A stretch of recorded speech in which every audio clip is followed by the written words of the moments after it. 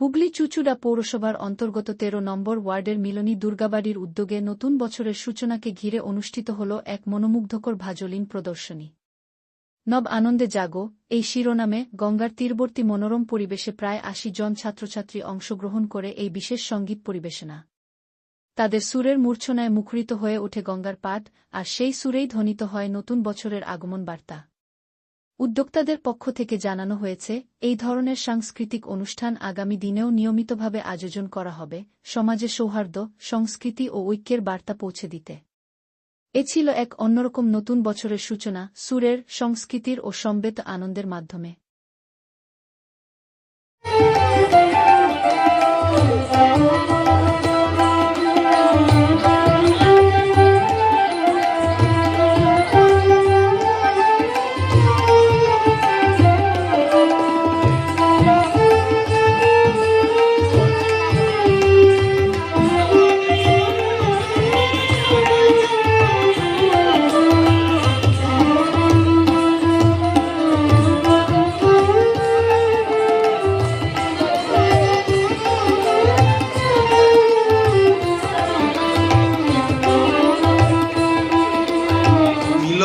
এই ক্লাব আজ থেকে ৮ বছর আগে আমাদের এই ভায়োলিনের এই অনুষ্ঠান প্রথম আমরা ৭-৮ জন দিয়ে শুরু করি।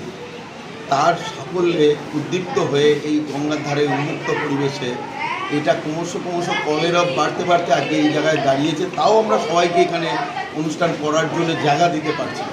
আজকে প্রায় ৮০ জন মতন ভায়োলিন নৃত্যের শিল্পী এই ক্লাবটাকে এখানে প্রতিষ্ঠা করি। আমাদের গঙ্গার পাড়ে এই পরিবেশটাকে সুস্থ এবং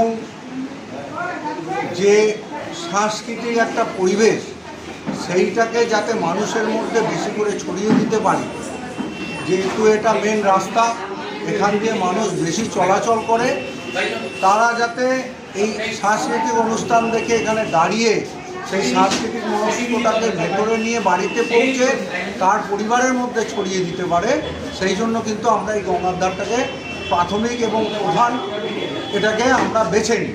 সেই জন্য ক্লাব প্রতিষ্ঠাটা আমরা এই গঙ্গার পাড়ে করি এবং এ ব্যাপারে আমাদের যে কাউন্সিলর আছেন জয়দেব অধিকারী ভীষণভাবে আমাদের সাহায্য সহযোগিতা করেছে এবং আপনাদের মাধ্যমে আমরা এই বার্তা দিতে চাই যে আমরা চাইব আগামী দিনে এটা একটা কংক্রিট প্ল্যাটফর্ম তৈরি করে এখানে একটা যাতে সারা বছর এখানে অনুষ্ঠান হয়।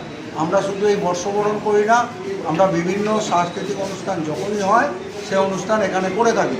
আপনারা জানেন কিশোর কুমারের অনুষ্ঠান করে অন্যরা এসে, কিন্তু এখানে একটা কংক্রিটের যদি আমরা স্টেজ করে দিতে পারি তাহলে সেখানে অনুষ্ঠানটা খুব ভালোভাবে হতে পারে।